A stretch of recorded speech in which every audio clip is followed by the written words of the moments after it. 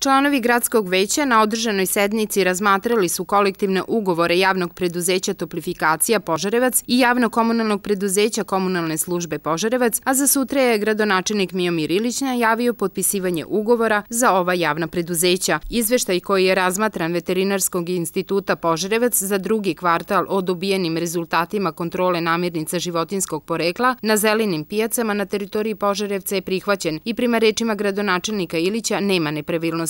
Rezultati ispitivanja su pozitivni, znači nema nekog stupanja. Preko 98% kontrolisanih životnih namirnica u Požarevcu stolcu su ispravni, tamo gde nije, tamo su predviđene određene mere, znači da dođe do toga da to bude ispravljeno, nisu puštene u javni promet, tako da s obzirom na sve okolnosti, visoke temperature koje su vladale u mesecu julu, da je to kvalitetno i dobro urađeno, što treba nastaviti i dalje.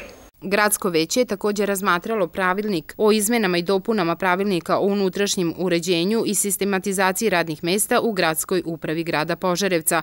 Gradonačelnik ima pravo da, saglasno zakonu o lokalnoj samoupravi, izabere do 5 pomoćnika svojih.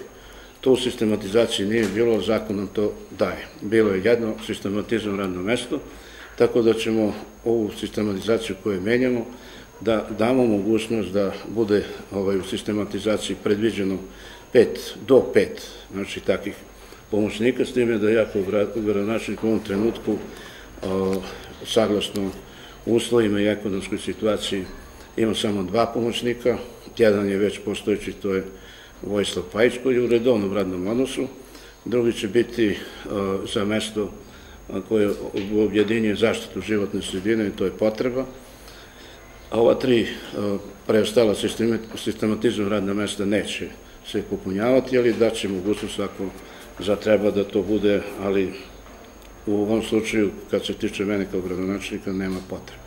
Grupi prodavaca sa buvlje pijace u Požarevcu koji su podneli zahtev za preseljenje pijace na lokaciju na kojoj je bio ranije buvljak na Lučičkom putu odbijen je. Kulturno-prosvetnoj zajednici grada Požarevca odobrena su novčana sredstva u visini od 60.000 dinara na ime naknade troškova nastalih prilikom organizacije gradskog takmičenja recitatora. Centar za kulturu Požarevac je članovima gradskog veća uputio zahtev za primopredaju poslovnog prostora koji je korišćen kao bioskop u Kostolcu, koji će biti vraćen u post Centru za kulturu Požarevac. Nakon gradskog veća održana je i sednica organizacionog odbora 49. Ljubičevskih konjičkih igara na kojoj su predsednici komisija organizacije utvrdili dinamiku priprema. Prema rečima predsednika i gradonačelnika Ilića, pripreme teku po planu i da će tačan program održavanja igara biti prezentovan 12. avgusta, te da se o nastupu muzičkog izvođača završne večeri još pregovara. Nisu još uvijek zatvoreni razgovor, ali budete sigurni da ćete biti za.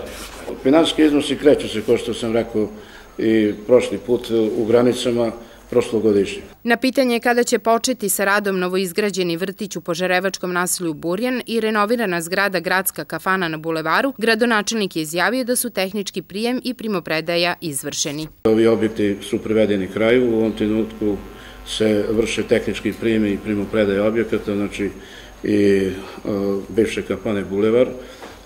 Ostalo je da se to, kad se to sprovede posle toga, da se da na upotrebu i tu će biti smeštena komunalna policija i komunalna inspekcija.